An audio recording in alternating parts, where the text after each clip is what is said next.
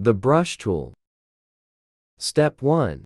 From the Tools bar menu, select the brush tool. Step 2. Create a new layer and select the color of the brush you want to use. Step 3. Drag the brush around to create strokes or shapes, as you please.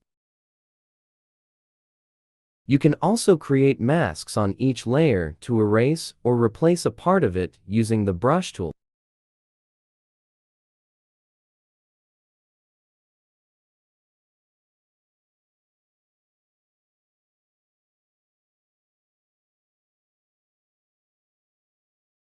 Right-click to activate the brush settings or from the window menu.